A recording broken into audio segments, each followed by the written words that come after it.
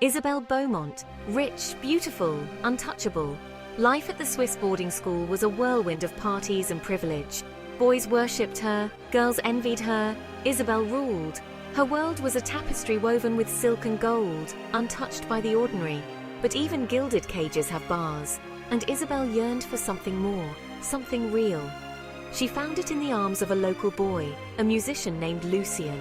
His eyes held a depth she craved, a stark contrast to the shallow gazes of her peers. Their affair was a stolen secret, hidden in the shadow of the Alps. Lucien was different, real. He saw past her wealth into her heart. But their love was forbidden. Lucien's grandmother, a stooped figure shrouded in whispers of dark magic, saw Isabelle as a threat, a gold-digging viper, corrupting her grandson's future. One night, fury in her eyes, the old woman confronted Isabelle. Words dripped with venom, a curse upon her lips. Isabelle scoffed. Superstitious nonsense. She should have known better. The private jet hummed, carrying Isabelle away from the mountains, back to her gilded cage. A strange unease settled over her. Her reflection in the polished window seemed different, younger. Panic tightened its grip. Her skin, usually flawless, was suddenly plagued with the embarrassing blemishes of youth. A cold sweat broke out on her brow.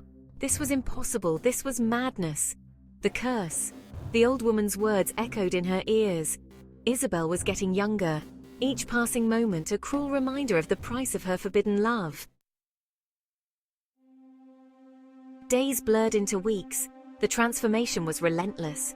Her designer clothes hung loose on her shrinking frame. Her voice, once husky and mature, rose an octave, cracking with the uncertainty of adolescence. Panic gave way to terror. Her reflection in the mirror was no longer the confident queen of the schoolyard. A prepubescent girl stared back, eyes wide with a fear she couldn't comprehend. Isabelle was trapped, a prisoner in her own body, a fading echo of her former self. The world around her, once eager to please, now looked on with a mixture of pity and confusion.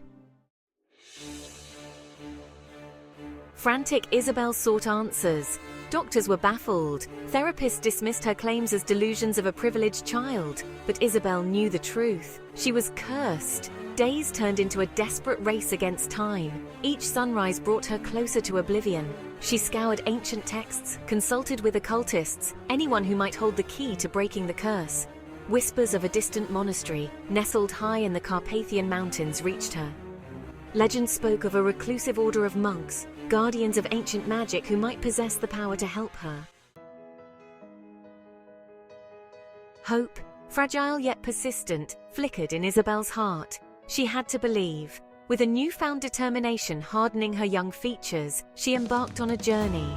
The road ahead was fraught with danger and uncertainty, but Isabelle was no longer the spoiled princess she once was. The curse had stripped away her gilded facade, revealing a resilience she never knew she possessed. The whispers promised a cure, a chance to reclaim her stolen life. Isabelle was prepared to fight, for herself, for her future, for a love that had bloomed in the shadow of the Alps, only to be tested by a darkness older than time itself.